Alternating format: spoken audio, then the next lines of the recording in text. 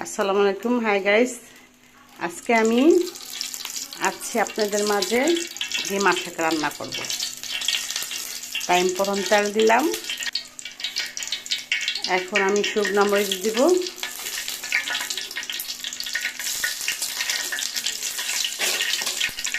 ভালো করে নিয়ে দিব।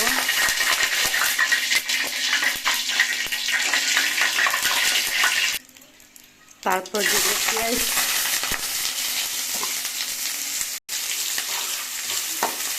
নাড়তে থাকবো যতক্ষণ লাল লাল না হবে। পেঁয়াজগুলো হয়ে গেছে। এখন এখানে আমি ডিম ভেঙে দিব।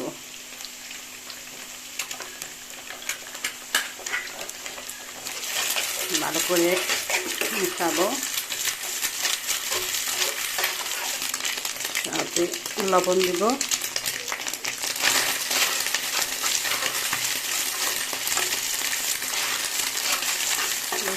হইলে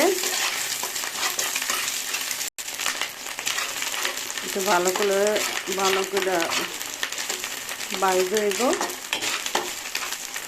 ভাজাটা হয়ে গেলে ডিমা শাকটা দিয়ে দিব।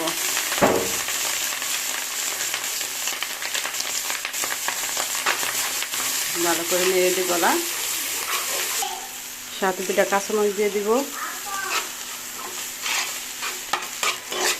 নাড়তে নাড়তে একটু ভাজা ভাজা করব। কড়াই আমার হয়ে গেছে, আর একটু ভাজা ভাজা করব। হয়ে গেছে আমার। ভাতের সাথে খেতে সেই স্বাদই স্বাদ।